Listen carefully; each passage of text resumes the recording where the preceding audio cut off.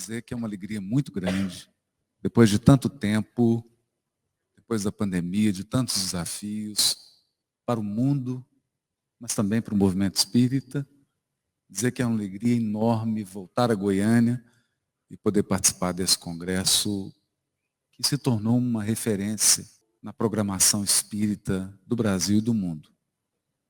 Quero também dizer da minha alegria de estar aqui ao lado do Gustavo, do Vitor Hugo, e podermos conversar, porque é uma conversa sobre os desafios do Consolador prometido, enquanto proposta de renovação espiritual do mundo, e para nós espíritas que somos as testemunhas desse movimento de transformação. Testemunhas não no sentido de apenas olhar, mas de promover a mudança. Mas eu queria agradecer a todos os amigos, amigas, expositores, expositoras. Queria agradecer a FEEGO pelo convite que foi feito a todos nós, pela confiança que a FEEGO deposita em todos nós. Fomos convidados a participar desse congresso muito novo, que está experimentando novos formatos, iniciando uma mudança na exposição e na forma de transmissão do conhecimento.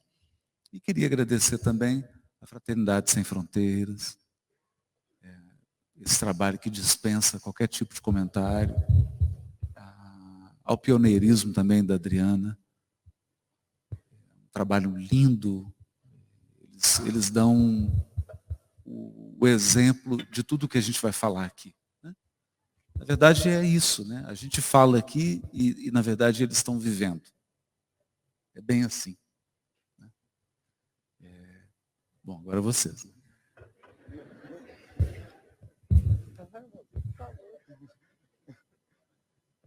Então vamos lá. Uma boa noite a todos e a todas.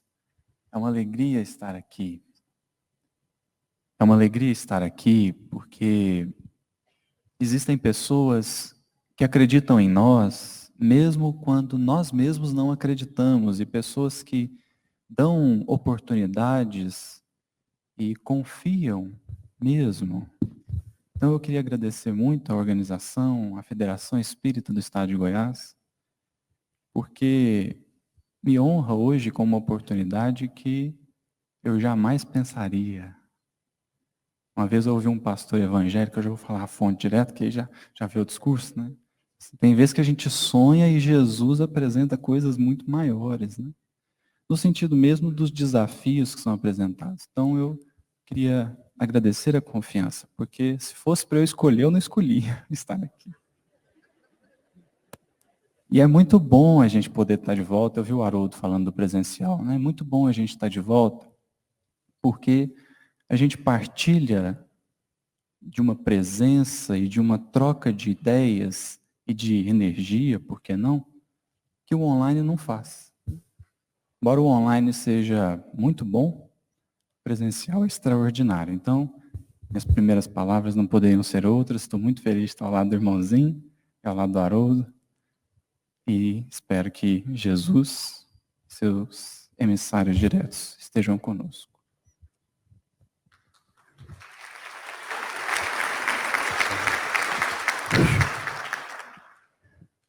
Boa noite a todos e todas. Eu estou tremendo. Os bons espíritos possam acalmar meu coração, porque nunca meu coração pulou tanto quanto numa hora dessa. Mas é uma alegria tão boa poder estar aqui nesse momento. A Ivana, no dia que ela mandou mensagem, eu falei, gente, será que ela mandou certo mesmo? Que não errou? É muito bom, como o irmãozinho disse, ter pessoas que confiam no nosso coração. E eu não podia deixar de agradecer sempre meu papai e minha mamãe.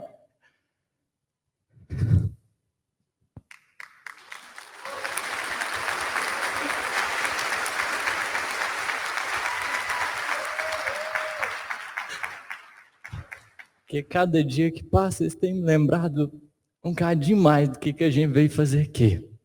Então eu devo muito e agradeço demais por eles não só ter me colocado no mundo, mas também me ter devolvido a vida que o meu coração desejava experimentar. Sou grato por ter aqui ao lado o Haroldo, que foi talvez uma das chavinhas da minha vida, né? Virou, acho que assim, inteiro.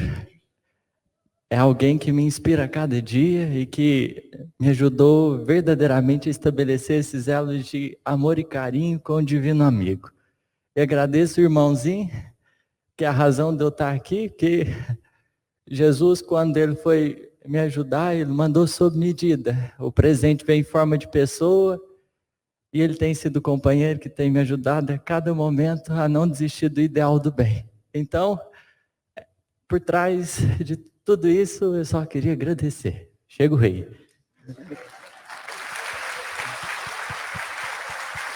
Deixar ele respirar, né? Bom, nós vamos deixar o Vitor Hugo respirar um pouco. Aí eu começo puxando enquanto você respira. Nós, quando lemos a codificação, a gente observa, especialmente no livro A Gênese, que Kardec frisou com muita sabedoria o movimento do Consolador prometido, sob a direção do Espírito Verdade e com aquela pleiade de espíritos, com vivências seculares de educação, de formação humana, espíritos que tiveram um impacto na história da humanidade, como João Evangelista, Santo Agostinho, o próprio Paulo de Tarso, todos eles presentes na Pleiade. Allan Kardec sempre deixou claro que haveria um grande movimento de mudança, de transformação social. Social não apenas nas condições de produção, distribuição de bens, não só isso, de mudança da vida no planeta Terra. Das ideias, das crenças, dos valores morais. A Terra passaria por profundas mudanças. E o Espiritismo vinha antes, antecipando esse movimento de transformação gigantesco, lançando as sementes, as bases do cristianismo redivivo, do cristianismo visto como o código moral dos imortais. É difícil ser imortal. É difícil pensar como um imortal. E nesse sentido, pela força das suas ideias renovadoras, pelos princípios que a doutrina espírita vinha semear em muitos corações e no mundo, ele seria um agente, um dos agentes dessas grandes transformações. Eu queria, só para abrir a conversa com os meus amigos aqui, só dar o primeiro toque na bola, né? Para ela sair de meio de campo. Ressaltar duas coisas. Para a gente começar a refletir. Algo que eu aprendi com a doutrina espírita. Os mundos não são barcos à deriva, rodopiando ao léu pelo universo. Os mundos seguem um curso, não só astronômico, mas espiritual. E é importante nós resgatarmos esse pensamento. Nós temos compartilhado a angústia, o sofrimento de muitos espíritas, especialmente espíritas que estão tendo que lidar com a desencarnação de seres queridos, espíritas que estão sofrendo com as injustiças, com as desigualdades, com as agruras desse momento terrível da transição planetária. Os mundos não são barcos à deriva, eles começam como primitivos, Mas a obra se completa quando eles se tornam mundos celestes. Todos os mundos, dos trilhões de galáxias do nosso universo conhecido, seguem um curso e uma programação, uma escada, a escada de Jacó. A escada que Jacó viu no sonho, ligando a terra ao céu.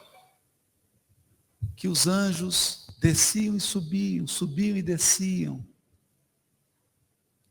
Nesse sentido, nós também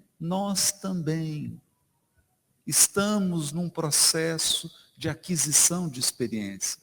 Mas é importante entender, a experiência não cai do céu como um brinde, como um prêmio. Espírito nenhum adquire experiência no campo do sentimento e no campo do raciocínio porque foi sorteado, porque foi brindado. A experiência ela é conquistada no trabalho e na dor. E a experiência é compartilhada no amor. Não há outro caminho. Nenhum espírito sai da infância espiritual e atinge os altos patamares dos espíritos puros sem experiência. Eles passam pelas experiências. E para reforçar isso, e aí é o segundo ponto, para reforçar essa ideia, quando nós olhamos para o mundo hoje, quando nós olhamos para o Congo, para a República do Congo, como pode? Como pode? Por quê? Por que isso ainda acontece? Por que nós, seres humanos, somos capazes de tamanha brutalidade e tamanha omissão? Por quê? Aí pensamos na escala dos mundos e na escala dos espíritos, na escala evolutiva. Pensamos nos seres adquirindo experiências e nos recordamos de duas passagens. Uma está no livro Obras Póstumas, chamado Caminho da Vida, onde Kardec compara a vida verdadeira a uma larga avenida ensolarada, florida, onde você consegue enxergar muito longe. Essa é a vida espiritual.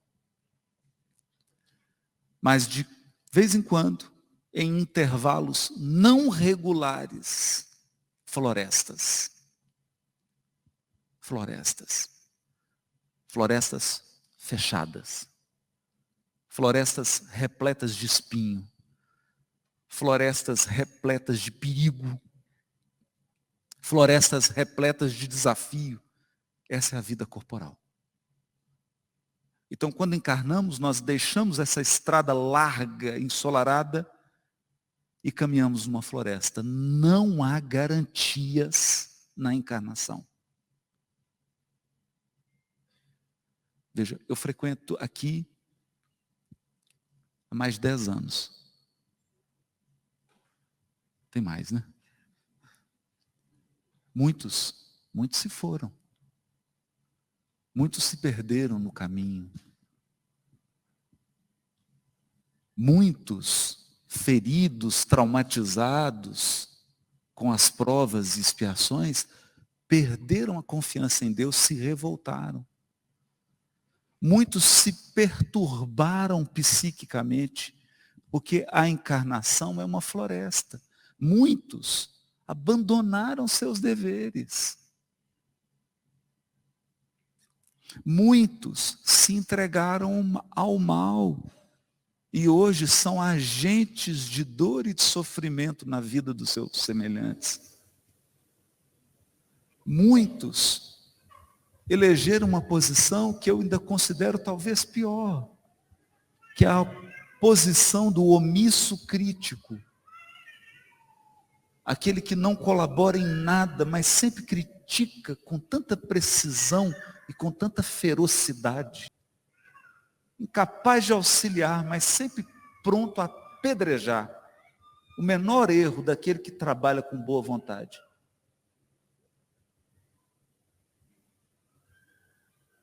Então, a encarnação é uma floresta. Mas veja, e aqui eu encerro para passar para os meus amigos. Jesus disse no Evangelho de João: não se perturbe o vosso coração. Credes em Deus? Crede também em mim.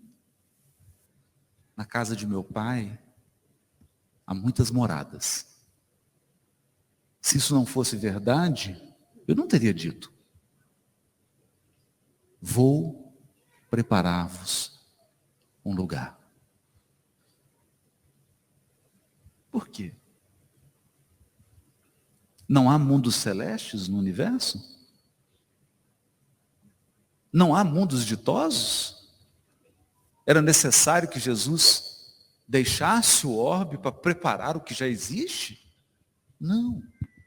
Ele não disse que iria preparar um mundo celeste. Ele não disse que ia preparar um mundo ditoso. Ele disse que ia preparar um lugar para nós. É porque o lugar é sempre o espelho do teu íntimo. O lugar é sempre o reflexo de quem vive nele. A pessoa vem primeiro, o lugar depois. Pensa nisso.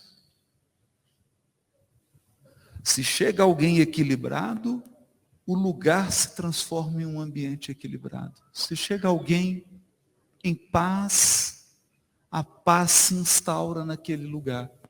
Se chega alguém agitado, perturbado, ansioso, a ansiedade e a perturbação se instalam naquele lugar. É porque a pessoa vem antes do lugar. Muitos de nós têm ficado muito ansiosos na transformação exterior do mundo. E aí eu trouxe uma frase de Emmanuel, e com ela eu encerro essa introdução. Está no livro Caridade. Ele diz assim: antes de pretendermos o ingresso nos mundos venturosos e redimidos, salvemos o chão em que nos firmamos, construindo o mundo mais feliz de amanhã pela melhoria de nós mesmos. Não vale contemplar sem agir, nem sonhar sem fazer. Agir e fazer é lutando com o que há de pior no mundo. É vendo o Wagner, eu queria até pedir, Wagner, me envolva, por favor, me resgata, me coloca de um jeito no projeto aí, o que eu posso colaborar, o que eu posso divulgar, o que você quiser, meu amigo, viu? Você diga que eu faço.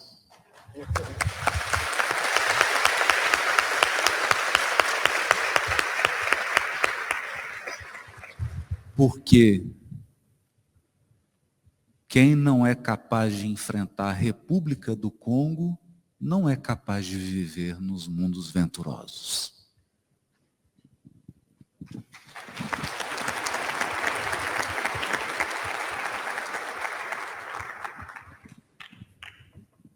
É difícil ficar para depois. Vai voltar. Vai voltar. Não tem depois não, vai circular. Mas eu queria pegar um pouco do que o Haroldo trouxe, porque viver num mundo de prova e expiação não é fácil. Acho que todo mundo está bem ciente disso. Só que quando nós compreendemos que somos espíritos altamente egoístas e orgulhosos, talvez tenha um problema a mais.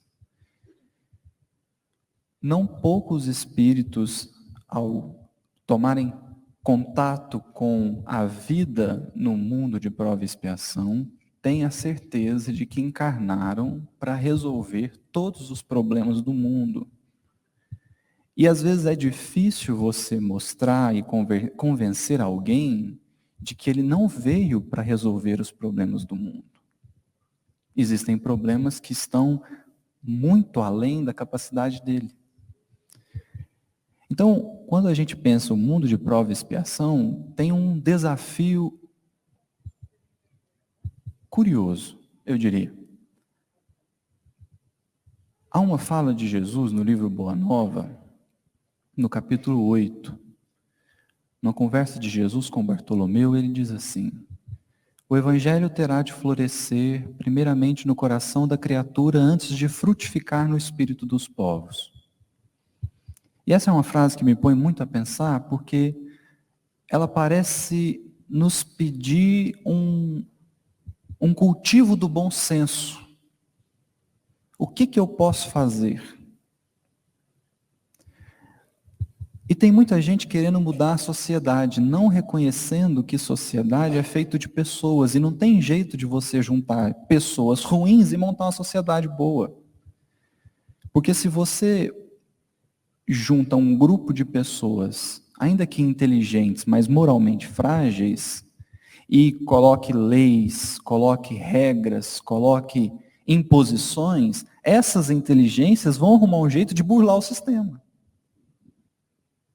Então não adianta você vir com lei, porque aí o Haroldo pode falar até melhor do que eu, tem gente que vai vir para burlar a lei. Então essa fala de Jesus, ela dá conta de que há uma necessidade primordial em cada um de nós. E eu estou dizendo isso, eu sou bobo, né? O Emmanuel tem um prefácio no livro que chama Semeador em Tempos Novos. E ele vai chamar a atenção para esse ponto. Qual é?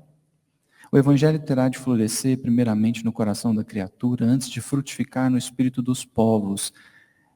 Antes, talvez, de nós queremos mudar o mundo, vai ser preciso mudar a cada um de nós. Porque se nós tivermos um conjunto de pessoas boas, se juntar não dá ruim.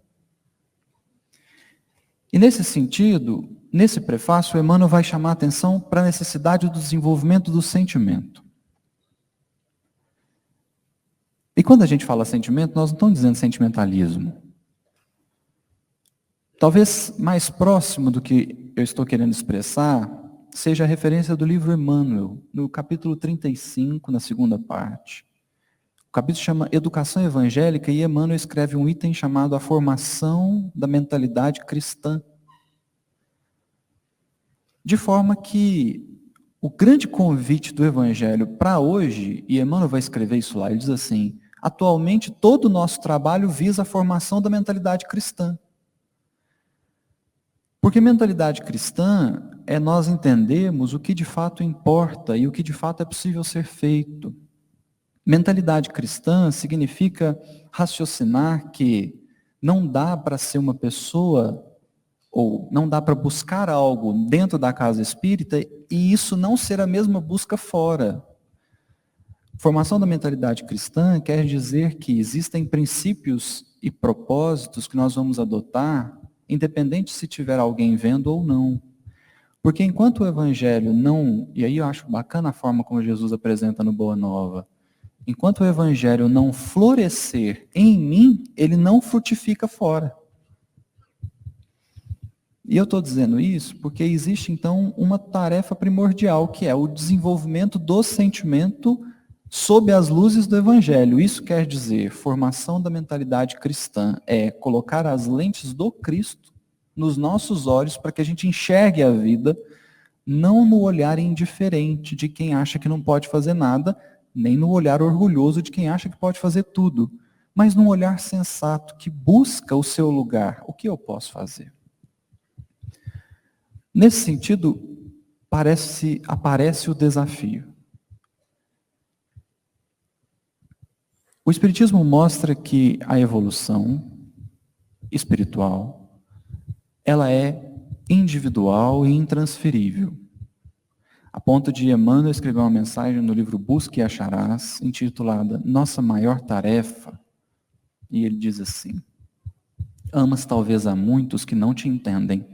Continua a amá-los mesmo assim. Não te encontras no mundo a fim de modificá-los. Nossa maior tarefa é a corrigenda em nós. Porque os outros a gente pode orientar, a gente pode aconselhar, a gente pode ensinar, mas transformar é uma decisão individual. O que, aliás, é interessante, porque espíritos de escola esperaram o momento da gente vir aqui, né? Mas não raro nós não temos a paciência de esperar os outros. Mas então, a proposta de evolução, ou o que o Espiritismo esclarece em termos de evolução espiritual, é que ela é individual. Mas, como um paradoxo, ela só acontece no coletivo. Não dá para evoluir sozinho. Você, eu, é que fazemos o nosso trabalho de evolução. Mas isso acontece no coletivo. Por que eu estou dizendo isso? Porque é preciso ir para o coletivo com essa compreensão de que o Evangelho tem que florescer em mim primeiro. Isso aparentemente dá margem para um pensamento que é assim: nossa, as crianças do Congo estão sofrendo, né? Puxa, coitadas. Ou ainda, o que talvez seja pior, né? Falar assim, não, elas estão lá, elas estão pagando algum débito. Vamos pesquisar o passado espiritual. Mas fica uma pergunta por detrás dessa reflexão infantil, que é: se o que o outro passa na encarnação diz algo sobre ele, que dizer de mim, que olho e não faço nada? Que dizer de mim?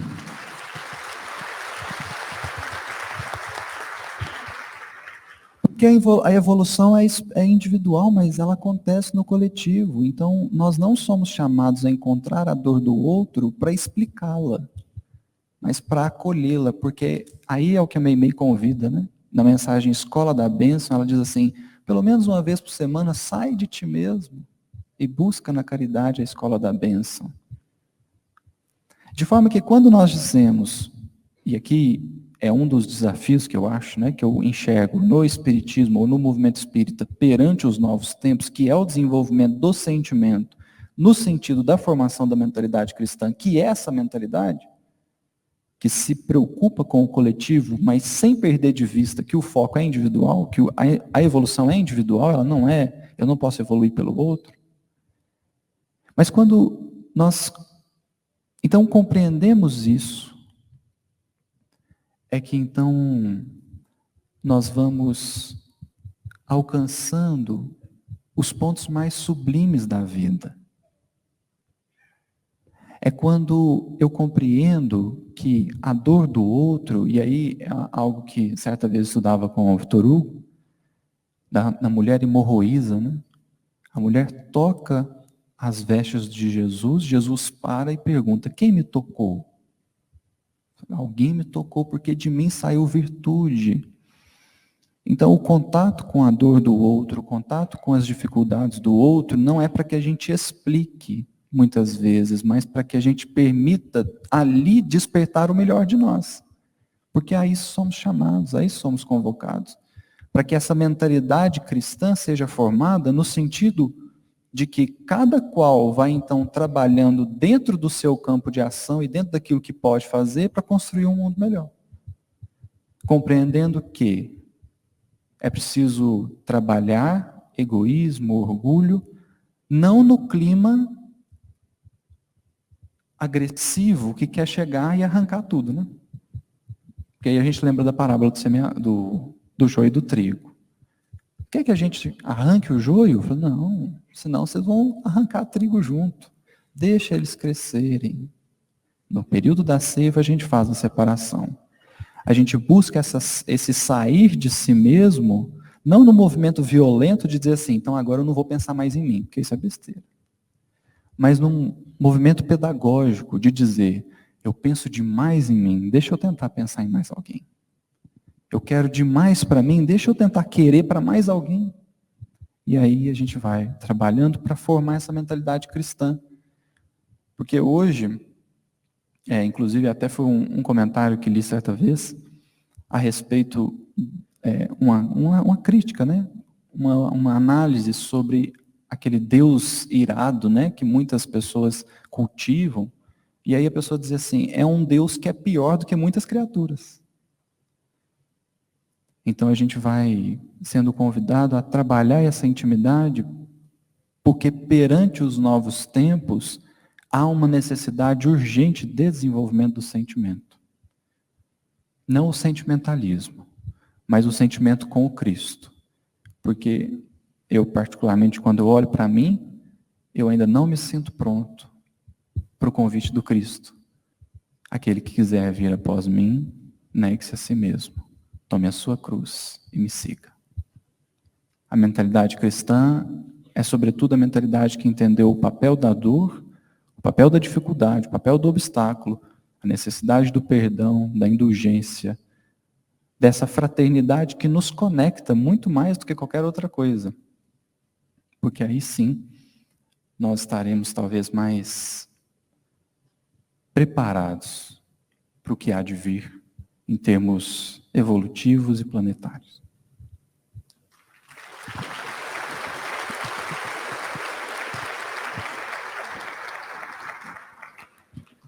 Quer falar alguma coisa, Haroldo?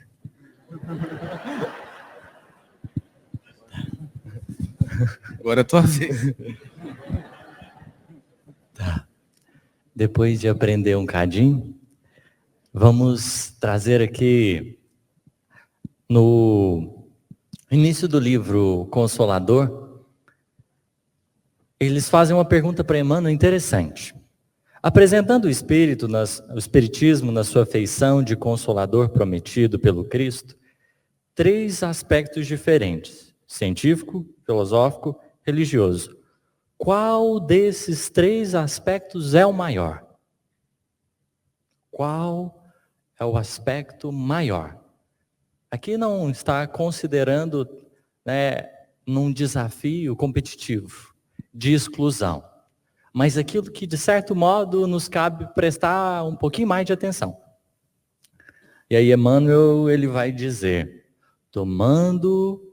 podemos tomar o Espiritismo, simbolizando desse modo, como um triângulo de forças espirituais. Essa resposta é fantástica. A ciência e a filosofia vinculam à Terra essa figura simbólica. Porém, a religião é o ângulo divino que a liga ao céu. Quando os espíritos começaram a se movimentar bastante na Terra, e começou esse período que a gente assinala como terceira revelação, a curiosidade foi um dos primeiros movimentos do ser humano. É algo que Kardec deixa bem claro quando, lá no finalzinho do Livro dos Espíritos, curiosidade, primeira etapa. A gente é danado, né? Muito danado. A curiosidade nos toma. Fomos em busca. Kardec, apesar de negar em primeiro momento, também foi pesquisar, entender o que estava por detrás. Então, diante das manifestações que aconteciam, eis que eles foram se identificando. Quem está do outro lado? Os espíritos. Ok, tá. Mas e aí? O que vocês estão fazendo? Qual o objetivo? Era preciso um pouco mais de esclarecimentos. Começou uma nova etapa. Tá, o negócio é de verdade.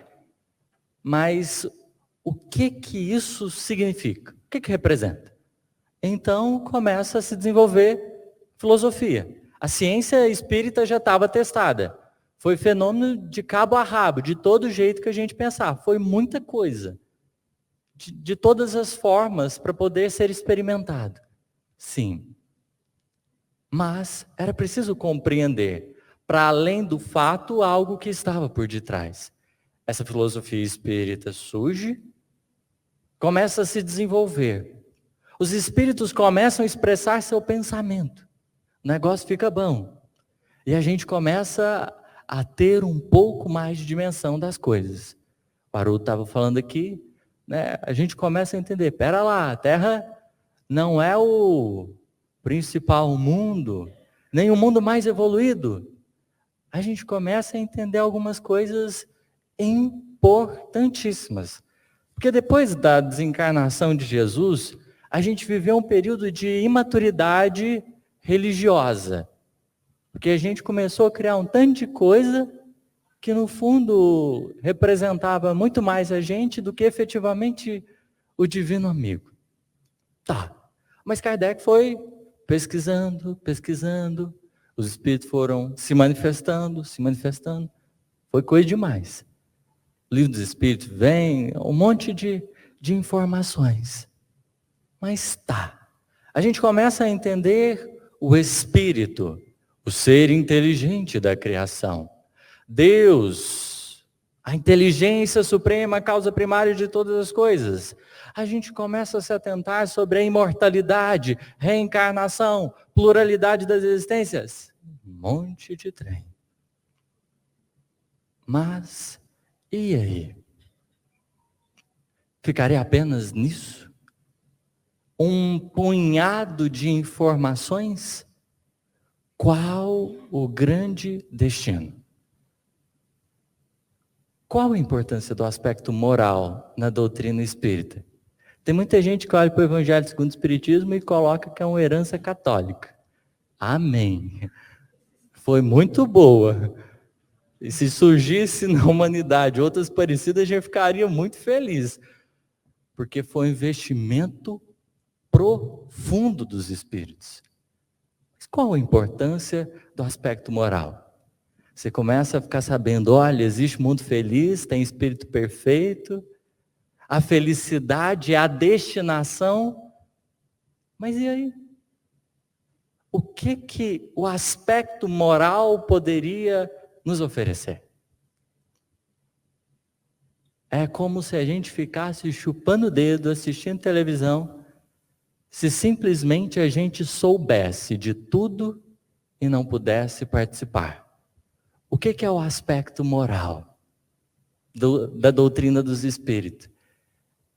Esses benditos amigos fazendo o quê? Vem participar. A festa é para todo mundo. E é por isso que quando a gente vai... Eu já estou parando de falar.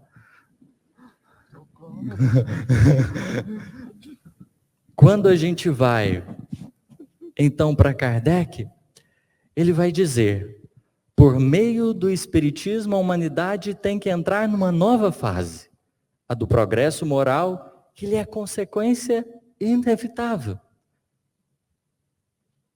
Isso quer dizer o seguinte, né? Hashtag é para todo mundo.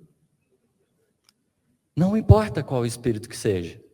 O Espiritismo vem para os povos, para todos os corações, para que entendam a dimensão desse compromisso lindo com a divindade. Nós tenhamos condições de fazer uma coisa, como o irmãozinho trouxe. Não adianta nada Jesus ser totalmente feliz e a gente continuar fazendo umas escolhas ruins. Ele veio verdadeiramente para que os nossos espíritos pudessem partilhar. É onde uma das imagens mais lindas surgem. Nós somos convidados para um banquete, só que tem uma roupa. O Espiritismo veio construir a nossa túnica nupcial. A comunhão com Deus deixou de ser um sonho para se tornar uma construção.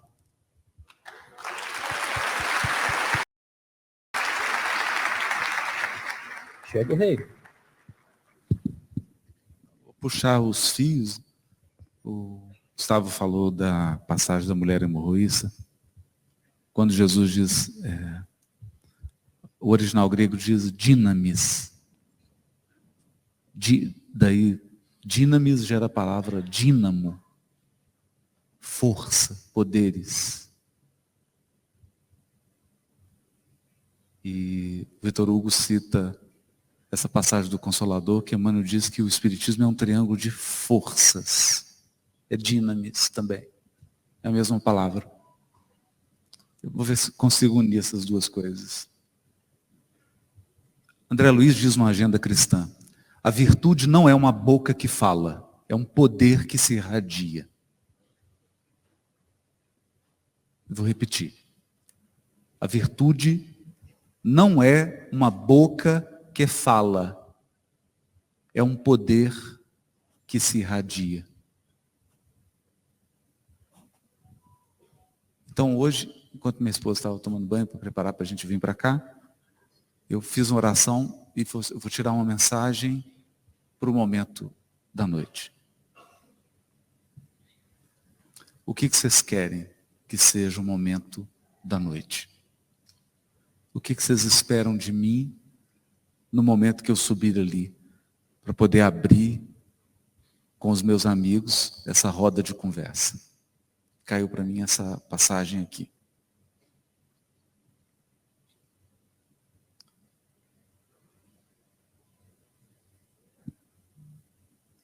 Lucas, capítulo 17, versículo 23. E vos dirão: vede aqui, vede ali. Não saiam, nem persigam. Essa é a passagem. Esse capítulo de Lucas é um espelho do sermão profético de Mateus, 24 e 25. Então, Jesus está falando sobre a volta dele. E onde e como poderíamos reconhecer o Cristo. Evidentemente que essa volta diz respeito à transformação da terra, a regeneração da terra. Essa é a verdadeira volta do Cristo. Esse é o aspecto moral que todos vamos participar, que todos vamos compartilhar. Mas Jesus faz uma advertência. Isso caiu para hoje. Por quê? Jesus explica, tanto aqui, na versão de Lucas, capítulo 17, quanto no sermão profético, que haveria muitos apontadores, propagandistas de um suposto Cristo. Pessoas que diriam assim: não, Jesus quer de vocês isso, isso, isso e isso. Aí o outro fala: não, Jesus quer de vocês isso, isso e isso. Olha, Jesus está aqui nessa proposta, apoiem.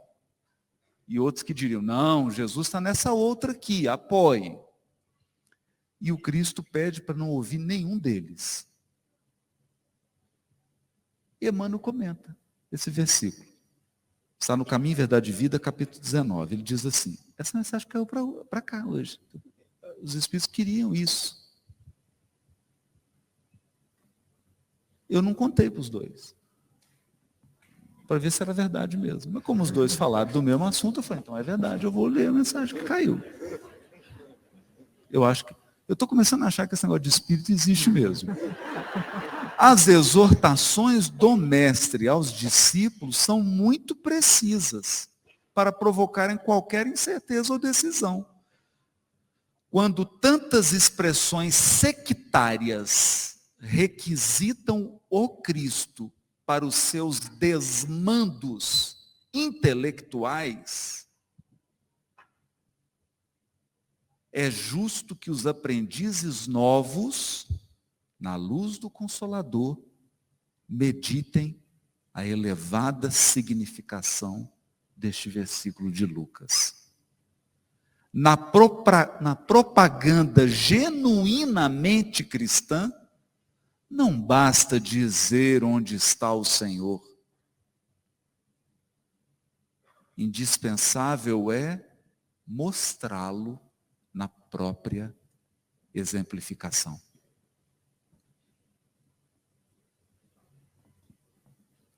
Então, não é quem te diz o que fazer. não é quem te diz quais são os padrões morais que o Cristo espera. Não é quem te diz qual é o movimento político, econômico e religioso mais sintonizado com a proposta do Cristo. Não, não é isso. Isso é falso profeta. É quem vive. É quem exemplifica. Porque a virtude não é uma boca que fala, é um poder que se irradia. E Emmanuel continua. Muitos percorrem templos e altares, procurando Jesus. Mudar de crença religiosa pode ser modificação de caminho, pode ser. Mas pode ser também continuidade de perturbação. A pessoa estava perturbada numa religião, ela muda, agora ela está perturbada em outra. Eu estou fazendo uma tradução assim, meio psicanálise de rua, do texto de Emmanuel, me desculpem, né? Emmanuel é muito sutil, né? A gente tem que fazer descer o nível. Né? Hermenêutica. Ah, eu achei que você ia cortar, já falou que acabou. Então, a pessoa estava perturbada numa religião, aí ela vem para a doutrina espírita para ser perturbada no movimento espírita. Isso nos traz um desafio. Olha, o Vitor Hugo leu do Emmanuel. O Espiritismo é um triângulo de forças. Então tem muita gente, como a nossa querida Adriana, que é uma força na investigação para o bem. Está investigando ali, investigou o Zika vírus, continua investigando. É uma força, não é uma teoria.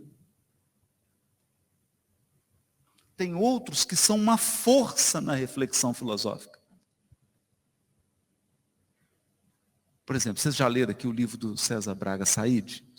Gente, o livro sobre meditação no Espiritismo? Coisa maravilhosa. Se vocês não leram, pelo amor de Deus, sai daqui e vai na livraria.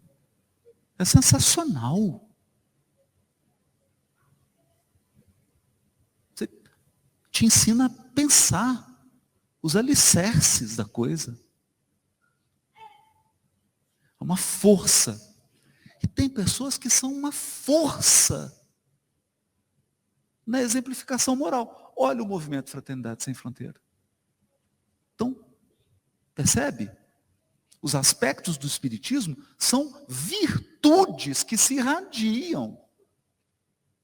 São forças que se transformam em benefício para a sociedade. Por isso Emmanuel vai dizer no Caminho, Verdade e Vida, o Cristo não estabelece linhas divisórias entre o templo e a oficina. Se você está achando que ser espírita é frequentar apenas a casa espírita, você fez metade. Falta outra metade. Que é na sua profissão, na sua casa, na sua postura social, na sua movimentação como cidadão. Onde está o evangelho vivido? Onde? Na nossa postura, no nosso movimento na sociedade humana. Quando eu entro na universidade, quando eu saio da universidade, quando eu entro na farmácia, quando eu entro em qualquer estabelecimento, quando eu ando na rua.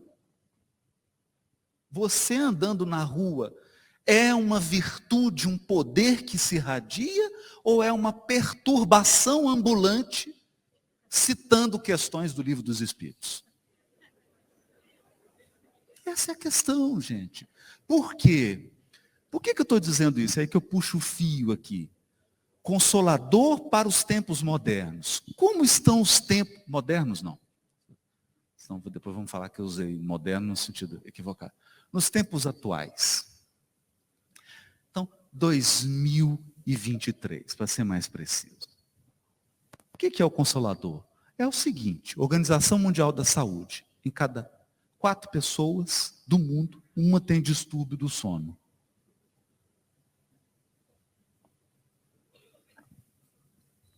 Esse é o panorama.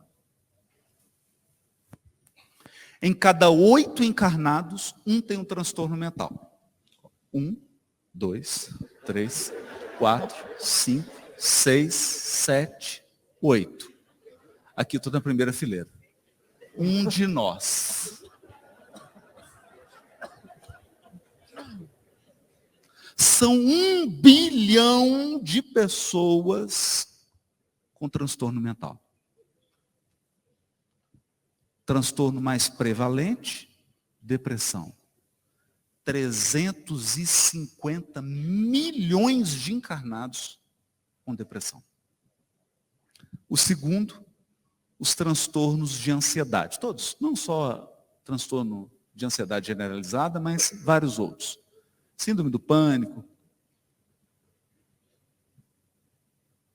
E daí o início lá do distúrbio do sono. Então o que acontece? Formação da mente cristã.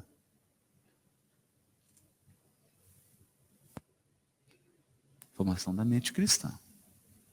Se eu não me aproveito das luzes do Espiritismo e do Evangelho Redivivo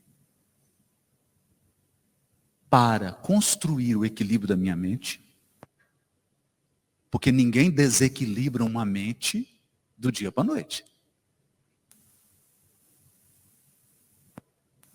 Ninguém desequilibra uma mente do dia para a noite.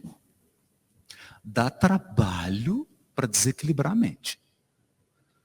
Você pode gastar uma encarnação, você pode gastar 2. Tem perturbações que são necessárias 10 encarnações. Dá trabalho. Como dá trabalho cultivar a mente. Cultivar a mente com os valores do Evangelho Redivivo. Valores do Evangelho Redivivo. O primeiro deles, né? E aqui a nossa gratidão ao Divaldo. O valor da paz. O valor da paz. São 2 bem-aventuranças dedicadas à paz. Bem-aventurados os pacíficos, porque o pacífico é aquele que procura guardar sua perturbação o máximo para si. Ele é perturbado, mas ele evita espalhar muito a perturbação dele. Então, é o pacífico. E o outra bem-aventurança é o pacificador. Esse é Wagner Moura, é tropa de elite. É tropa de elite do Cristo. O pacificador é aquele discípulo do Cristo que é enviado para a República do Congo. Em meio a tiros, bombas, assassinatos e violências, ele resgata alguns. Em paz. Então esse é um valor. Mas nós temos outros valores. Nós temos o perdão. Nós temos o perdão. Não dá para relacionar sem perdoar. O número de vezes que eu vou te ferir é o número de dias que você viveu ao meu lado. Porque isso é próprio dos espíritos imperfeitos. Então, perdão é... A gente não escova dente? Deveria, né? Perdão é higiene. Higiene mental. Mas eu preciso de outros valores também. Eu tenho me debruçado sobre um. Que é o valor da simplicidade. Veja, não tem nada a ver com a roupa que você está vestindo. Isso é bobagem. Isso é aspecto simplório. Simplicidade é você simplificar a vida. Falar menos, falar só as palavras que importam, falar só as palavras que edificam, se preocupar apenas com os problemas que são sérios, perder a noite só com aquilo que vale a pena perder a noite. Simplicidade, simplificar a vida, porque nós estamos complicando a existência corporal. Nós estamos complicando. Né? E aí surge, eu deixo para os meus amigos agora, toda essa desestruturação psíquica está se irradiando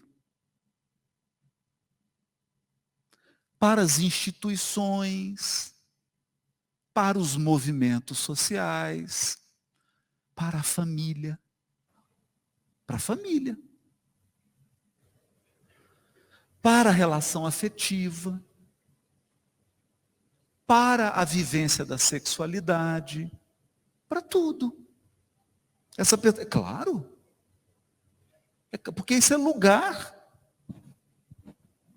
Essa perturbação está se irradiando.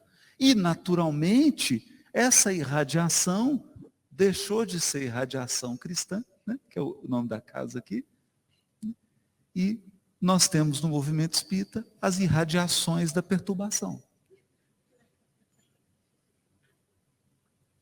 Claro. Por que o nosso movimento humano ficaria imune às nossas perturbações?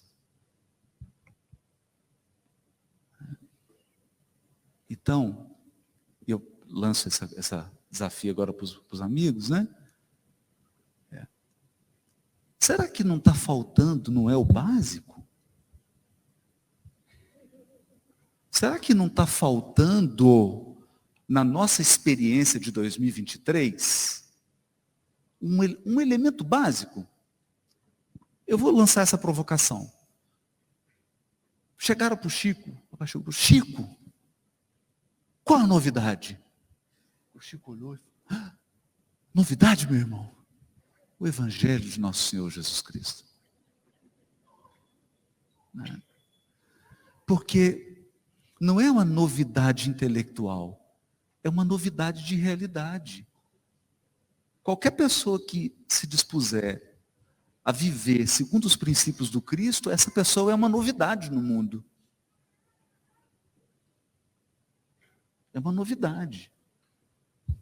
Então, será que o grande desafio de 2023 para nós espíritas cristãos não é resgatar o Cristo Consolador? O que vocês acham? O resgate do Cristo Consolador?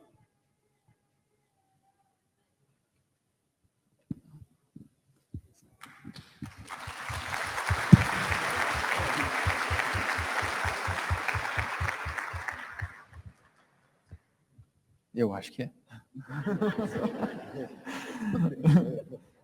Eu encerro a minha fala.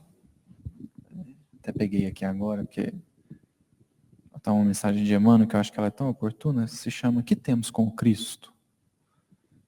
Que temos com o Cristo? Ele vai analisar Marcos 1:24. Que temos contigo, Jesus Nazareno? Vieste destruir-nos? Bem sei quem és, o Santo de Deus. Isso é um homem obsediado, né? Os espíritos que falaram. Mas Emmanuel, para chamar a atenção, no final, ele diz assim: não somente o corpo da criatura humana padece a obsessão de espíritos perversos. Os agrupamentos e instituições dos homens sofrem muito mais. E quando Jesus se aproxima através do Evangelho, até tem uma mensagem, né, de Humberto Campos, Jesus fala para Pedro assim: Pedro, quando você quiser conversar comigo, vai ler o Evangelho que as minhas palavras estão lá, né? E quando Jesus se aproxima através do Evangelho, pessoas e organizações indagam com pressa: que temos com Cristo? Que temos a ver com a vida espiritual?